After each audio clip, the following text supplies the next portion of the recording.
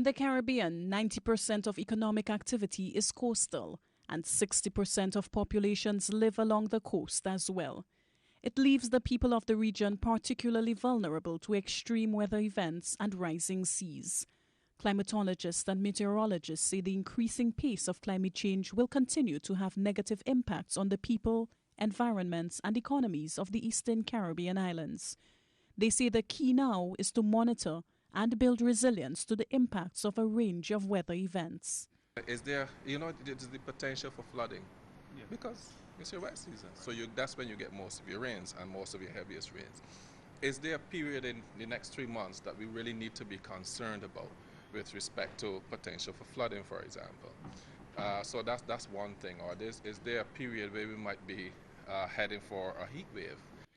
More intense storms continue to wreak havoc on small islands. Erica was a tropical storm when she blasted Dominica, decimating homes and claiming 31 lives. Phillips and Daru lost family members and property in the southeastern community of Petit Savan, which was destroyed. He's one of hundreds of residents who were evacuated from the community he lived all his life and will have to call somewhere else home. The future seems to be a little bleak, although, as you were saying, that it's not that I want it at the end, because I'm a retired police officer, and all the work that I have worked in my village to own my property to have a good ending. Just this week, St. Lucia launched a project aimed at mitigating flooding in one of the most flood-prone communities on the island. The members of the Organization of Eastern Caribbean States have a number of projects underway as part of the Disaster Risk Vulnerability Program. Disaster mitigation officials say the reality is the Caribbean lies in one of the worst hurricane belts on Earth, and storms are inevitable. They say what is important is the fact that countries can prepare and build resilience. Alison Kentish, TeleSUR, St. Lucia. The United Nations envoy to Syria, Stefan de Mistura, has left Damascus this Monday after he briefed the Syrian government on advance being made in the Vienna peace talks.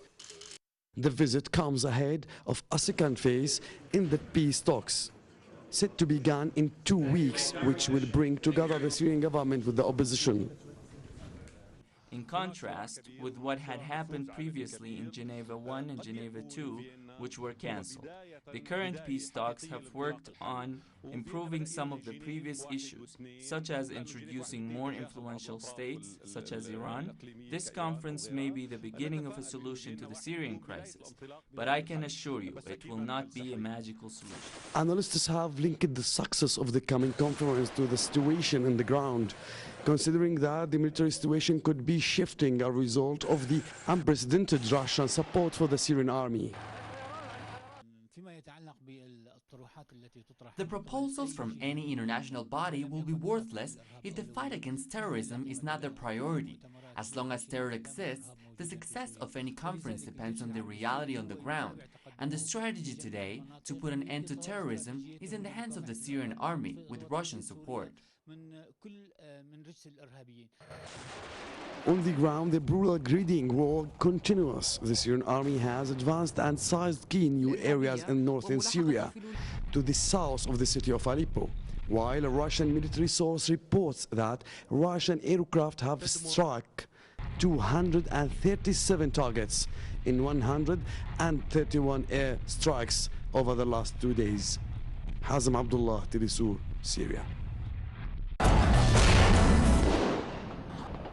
After 30 days of continuous unrest in the West Bank and occupied Jerusalem, clashes are still intense. Scenes of stabbing, people being run over, Israeli soldiers, Palestinians being killed hour after hour, and injured people at hospitals mark the everyday lives of Jerusalem's residents. Palestinian analyst Talal Okal believes that the uprising will continue to escalate in the absence of political initiatives and international pressure. He points out that Palestinian political factions have roles only in encouraging Palestinians into popular resistance.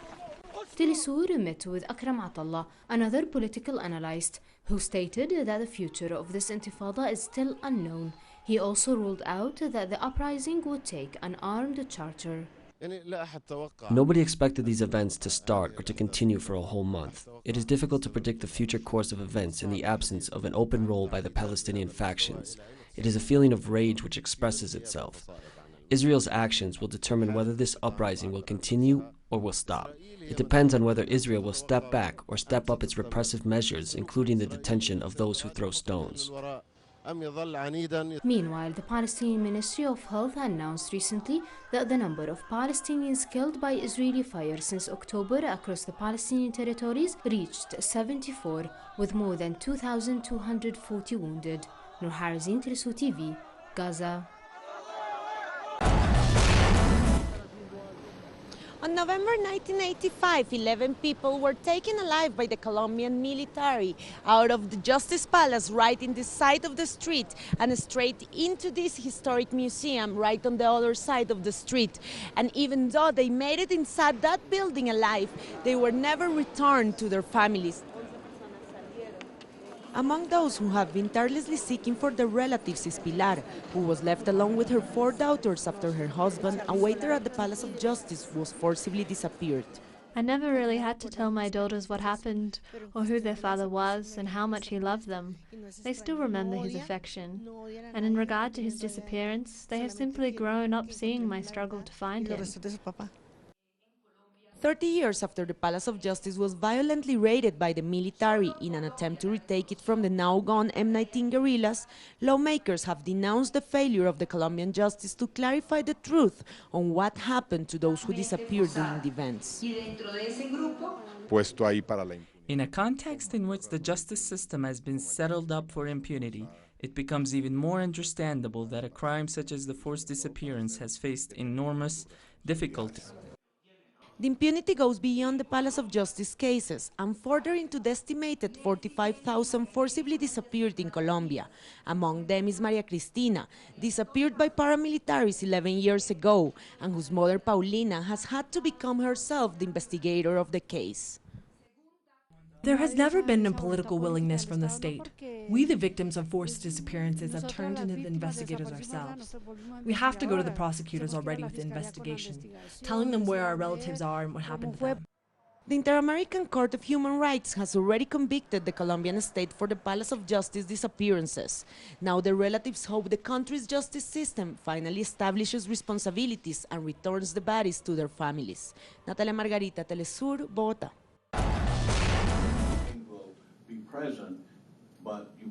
Advocates of civil rights and members of Congress united in Washington, D.C. to unveil a new bill that hopes to end racial profiling by police forces across the nation.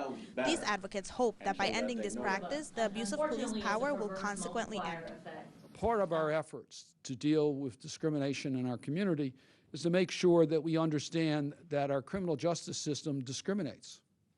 And we have to acknowledge that. The various cases of police brutality against communities of color that have been increasingly seen in the last year have led to a lack of trust from minority groups towards law enforcement officers. Experts feel that the deep history of racism in the U.S. is the root of these abusive practices. The implicit bias that we internalize as a result of our culture and what we hear from our leaders and so many of the racist policies in this country, that's what usually initiates law enforcement to profile someone. And then you have the issue of the excessive use of force that is often accompanied by these interactions with law enforcement. And as we've seen in so many cases, that use of force is then justified because that racial profiling is seen as okay and acceptable. During the last few months, the abuse of police power has not only been visible on the streets, but also in educational institutions. The majority of these victims, all of them minors, are either Latino or African American. There is to be a police presence in schools or some sort of security presence in schools that could be made clear that is to promote the students' safety and not to police the students themselves. Because I think, especially when we think about police-community relations, it's oftentimes so important for members of the community to feel that the police are there to serve and protect them and not to monitor their behavior. 961 people in the U.S. have been killed thus far in 2015 in the hands of police. Of these, 232 were African American and 144 were Latino. Bianca Perez, TeleSUR, Washington, D.C.